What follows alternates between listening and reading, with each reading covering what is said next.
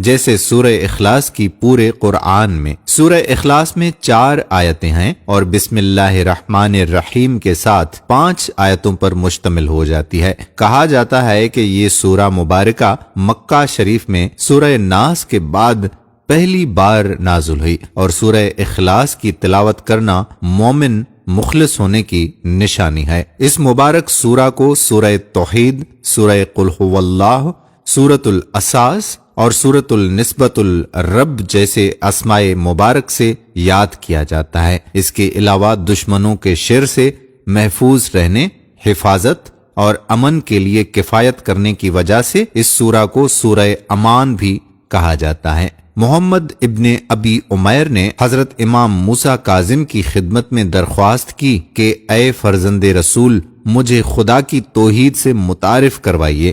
امام عالی مقام نے فرمایا کہ خدا نے اپنی مبارک کتاب قرآن حکیم میں جو کچھ بیان کیا ہے اس سے آگے نہ بڑھو ورنہ ہلاکت میں پڑ جاؤ گے۔ یہ جان لو کہ اللہ ایک ہے، یکتا ہے، بے نیاز ہے، اس نے کسی کو نہیں جنا کہ کوئی اس کا وارث ہو، اور نہ ہی وہ کسی سے پیدا ہوا کہ کوئی اس کا شریک ہو، اس کا نہ ہی کوئی ساتھی اور نہ ہی شریک اور نہ ہی کوئی بیٹا ہے۔ وہ ایسا زندہ ہے کہ جس کے لیے موت و فنا نہیں ہے، اور ایسا قادر ہے کہ جس کے لیے عجز نہیں ہے، اور ایسا قاہر و غالب ہے کہ مغلوب نہیں ہو سکتا، ایسا برداشت کرنے والا ہے کہ اسے جلد بازی کرنے کی ضرورت نہیں ہوتی، ایسا ہمیشہ رہنے والا ہے کہ اس کے لیے فنا نہیں، اور ایسا ثابت و قائم ہے کہ اس کے لیے زوال نہیں ہے، ایسا غنی ہے کہ اس کے لیے کسی طرح کی محتاجی نہیں ہے، ایسا عزت والا ہے کہ اس کے لیے ذلت اور رسوائی نہیں، اور ایسا عالم ہے کہ اس کے لیے کسی طرح کا جہل نہیں ہے، اور یہ ایسا عادل ہے کہ اس کے لیے ظلم کا وجود نہیں ہے، اور وہ اپنی عطا میں بخیل نہیں ہے۔ عقل اس کا احاطہ کرنے پر قادر نہیں ہے، نہ ہی اس تک رسائی کر سکتی ہے۔ اقتار و اطراف اس کا احاطہ نہیں کر سکتے، مکان و جگہ اسے گھیر نہیں سکتے، نگاہیں اسے پا نہیں سکتی۔ وہ لطیف ہے، خبیر ہے، اس کی مثل کوئی شے نہیں ہے، وہ سمیع و بصیر ہے۔ اگر کہیں 3 سرگوشیاں کرنے والے ہوں تو چوتھا وہ ہے، اگر 5 ہوں تو چھٹا وہ ہے، اس سے کم ہوں یا زیادہ، جہاں ہوں وہ خدا ان کے ساتھ ہے۔ وہی اول ہے کہ اس سے پہلے کوئی شے نہیں، اور آخر ہے کہ اس کے بعد کوئی شے نہیں ہے۔ وہی قدیم ہے، اس کے علاوہ تمام کائنات مخلوق احادث ہے، اور خدا مخلوق کی صفات سے بلند تر ہے۔ دوستو، الاخلاص اس سورہ کا مخلص نام ہی نہیں بلکہ اس کے مضمون کا عنوان بھی ہے، کیونکہ اس میں خالص توحید بیان کی گئی ہے۔ قرآن مجید کی دوسری سورتوں میں تو بالعموم کسی ایسے لفظ کو ان کا نام قرار دیا گیا ہے جو ان میں وارد ہوا ہو، لیکن اس سورہ میں لفظ اخلاص کہیں وارد نہیں ہوا ہے۔ اس کو یہ نام اس کے معنی کے لحاظ سے دیا گیا ہے۔ جو شخص بھی اس کو سمجھ کر اس کی تعلیم پر ایمان لے آئے گا وہ شرک سے خلاصی پا جائے گا۔ یہی وجہ ہے کہ سرکار رسالت مآب صلی اللہ علیہ وآلہ وسلم کی نگاہ میں اس سورہ کی بڑی عظمت تھی، اور آپ مختلف طریقوں سے مسلمانوں کو اس سورہ کی اہمیت محسوس کراتے رہتے تھے تاکہ لوگ کثرت سے اس کی تلاوت کریں اور عوام الناس میں اس سورہ کی عظمت اور اہمیت کو خوب پھیلائیں، کیونکہ یہ اسلام کے اولین بنیادی عقیدے توحید کو ایسے مختصر فقروں میں جامع طریقے سے بیان کیا گیا ہے، حتیٰ کہ مخالفین اسلام کو بھی اقرار کرنا پڑا کہ ایسی عمدہ توحید کی تعریف کسی آسمانی کتاب میں نہیں ہے۔ اس سورہ کا اپنا معجزہ یہ ہے کہ اس کی تلاوت فوراً انسان کو ذہن نشین ہو جاتی ہے اور بہت آسانی سے زبانوں پر چڑھ جاتی ہے، اور ہر ایک کو آسانی سے یاد ہو جاتی ہے۔ اس عظیم سورہ کی افادیت کو سرکار رسالت مآب صلی اللہ علیہ وآلہ وسلم نے مختلف طریقوں سے مختلف واقعات پر لوگوں کو بتایا اور کہا کہ اس کی تلاوت کا ثواب 1/3 قرآن کے پڑھنے کے برابر ہے۔ اس حدیث کی روایت ابو سعید خضری، ابو ایوب انصاری، ابو الزردہ، جابر بن عبداللہ انصاری، نسائی، ترمذی، ابن ماجہ، مسند احمد وغیرہ میں منقول کیا گیا ہے۔ مفسرین نے حضور صلی اللہ علیہ وآلہ وسلم کے ارشاد کی بہت سی توجیحات بیان کی ہیں، مگر ہمارے نزدیک سیدھی اور صاف بات یہ ہے کہ قرآن مجید جس کو پیش کرتا ہے اس کے بنیادی اصول توحید، رسالت اور قیامت ہیں۔ یہ سورہ چونکہ اصول دین کی اہم رکن توحید کو بڑے جامع الفاظ میں پیش کرتا ہے، جو اللہ کی وحدانیت اور خالص توحید کو ظاہر کرتی ہے۔ رسالت مآب صلی اللہ علیہ وآلہ وسلم کا وجود دنیا میں صرف توحید کی روشنائی کے لیے آیا تھا، اس لیے سرکار رسالت مآب صلی اللہ علیہ وآلہ وسلم اس سورہ کو ہمیشہ اہمیت دیتے تھے۔ اگر نماز میں اس سورت کی تلاوت کا خیال آ جائے اور قاری اس سورہ کو ترک کر دے اور دوسری سورہ کی تلاوت کر لے تو اس قاری کی نماز باطل ہو جائے گی۔ امیر المومنین حضرت علی ابن ابی طالب رضی اللہ تعالی عنہ اس سورہ مبارکہ کی تلاوت کثرت سے کرتے تھے، اور اس سورہ کے الفاظ اور مطلب کو آپ نے اپنے خطبوں اور دعاؤں میں کثرت سے استعمال کیا ہے۔ اس سورت کی تلاوت کرنے والے کے گرد رحمت خداوندی سایہ فگن رہتی ہے۔ اس کی تلاوت کے بعد ہر جائز کام کے لیے طلب دعا مقبول ہوتی ہے۔ اس سورہ کے نزول کے بعد تمام تصورات کا قلہ کما ہو جاتا ہے، اور رب جلیل کی ذات کے ساتھ مخلوقات کی صفات میں سے کسی صفت کی آلودگی کی کوئی بھی گنجائش باقی نہیں رہتی۔ اب پیش خدمت ہیں سورہ اخلاص سے منسوب کچھ روایات۔ حضرت عبداللہ بن مسعود رضی اللہ تعالی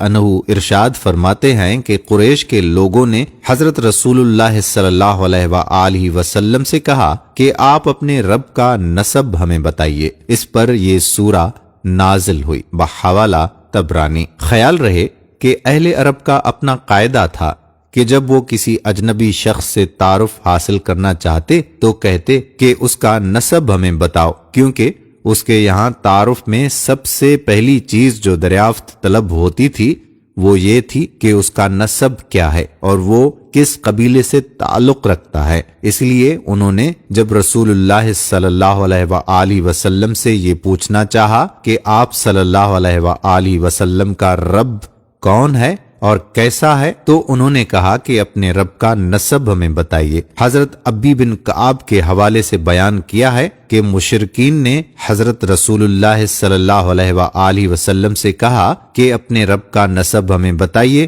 اس پر اللہ تعالیٰ نے یہ مبارک سورہ نازل فرمائی۔ بحوالہ مسند احمد۔ حضرت جابر بن عبداللہ انصاری کا بیان ہے کہ ایک اعرابی نے ہمارے نبی سرکار رسالت مآب صلی اللہ علیہ وآلہ وسلم سے کہا کہ اپنے رب کا نسب ہمیں بتائیے۔ اس پر رب جلیل کی بارگاہ سے اس سورہ کا نزول ہوا۔ بحوالہ ابو لیلہ، بہقی، ابن جریرہ وغیرہ۔ حضرت اکرمہ نے ابن عباس رضی اللہ تعالی عنہ سے روایت نقل کی ہے کہ یہودیوں کا ایک گروہ رسول اللہ صلی اللہ علیہ وآلہ وسلم کی خدمت اقدس میں حاضر ہوا، جس میں کعب بن اشرف اور حی بن اخطب وغیرہ شامل تھے۔ انہوں نے کہا کہ اے محمد صلی اللہ علیہ وآلہ وسلم، ہمیں بتائیے کہ آپ کا وہ رب کیسا ہے جس نے آپ کو بھیجا ہے۔ اس پر اللہ تعالیٰ نے یہ سورت نازل فرمائی۔ بحوالہ ابن ابی حاتم، ابن عدی، بہقی وغیرہ۔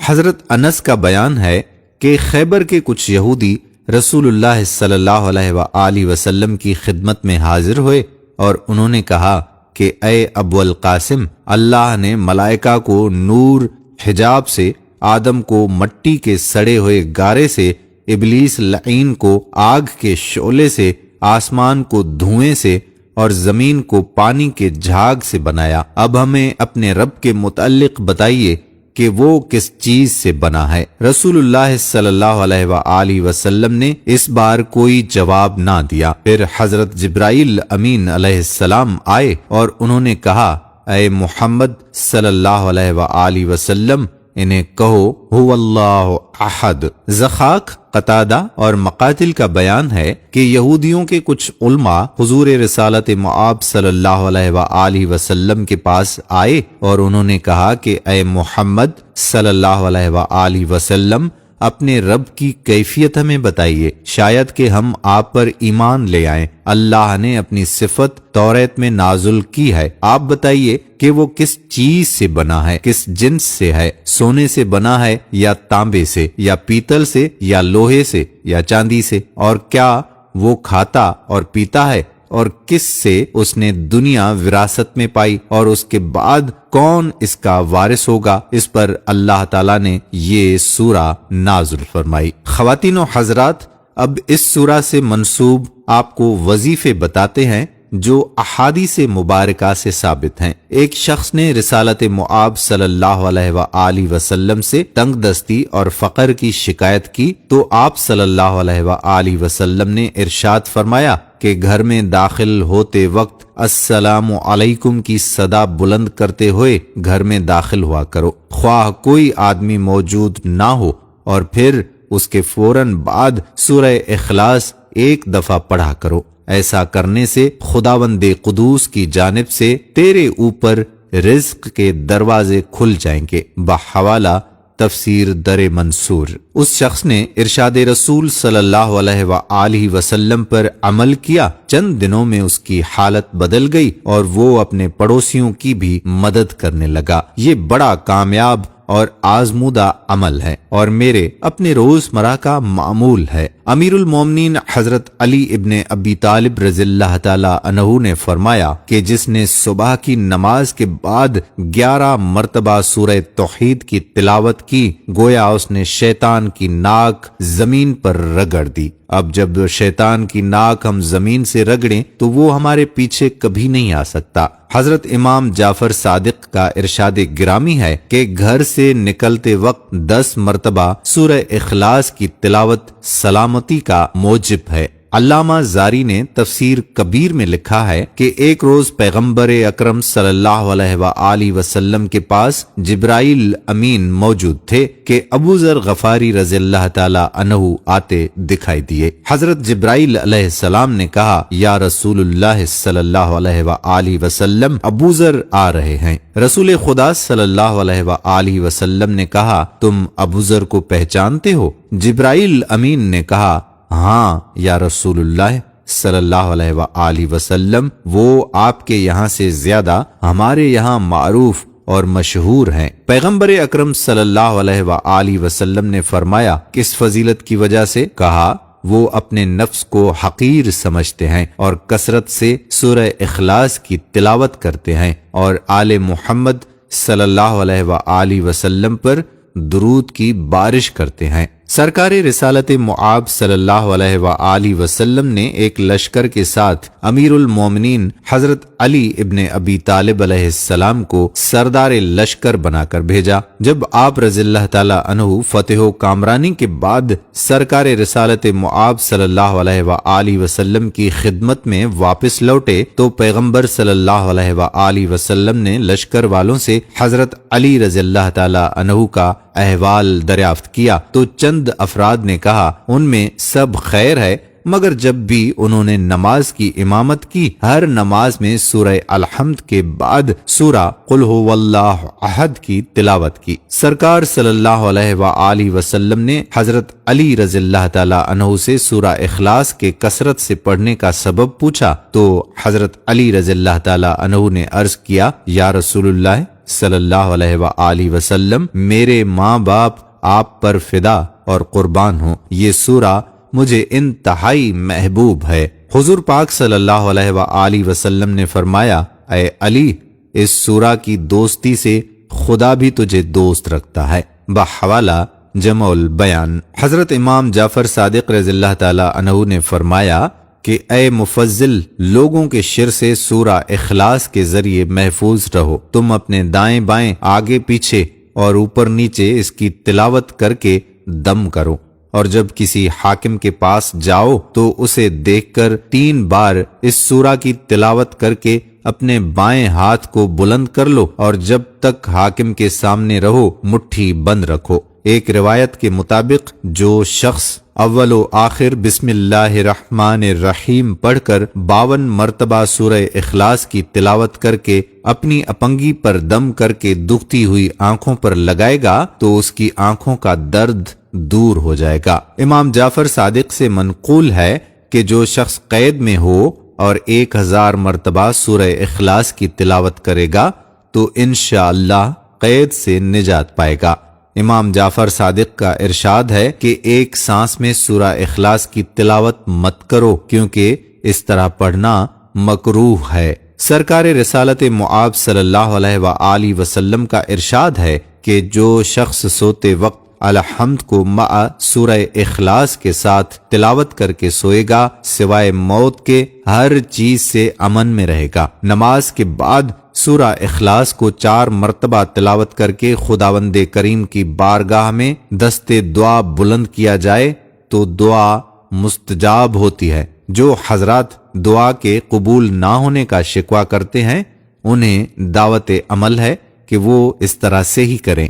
صلی اللہ علیہ وآلہ وسلم میں ہے کہ جب تم قبرستان سے گزرو تو 11 مرتبہ سورہ اخلاص کی تلاوت کر کے دفن ہونے والوں کو بخش دو تو ان کی تعداد کے برابر اس کا ثواب ملتا ہے۔ سورہ اخلاص کو 3 یا 7 یا 11 مرتبہ پڑھ کر آدھے سر کے درد پر دم کریں تو انشاءاللہ 11 مرتبہ کی تعداد پوری ہونے سے قبل ہی درد کافور ہو جائے گا۔ روایات میں ہے کہ نماز ہائے فریضے میں پہلی رکعت میں سورہ انا انزلنا اور دوسری رکعت میں سورہ اخلاص کی تلاوت کرنا بہتر ہے۔ ایک روایت میں ہے کہ جس شخص نے نماز یومیہ میں سارے دن کسی نماز میں بھی سورہ توحید نہیں پڑھی تو گویا اس نے نماز ہی نہیں پڑھی۔ حدیث نبوی صلی اللہ علیہ وآلہ وسلم میں ہے جو شخص نماز فریضہ کے بعد سورہ اخلاص کو پڑھے اس نے گویا دین دنیا کی بھلائی کو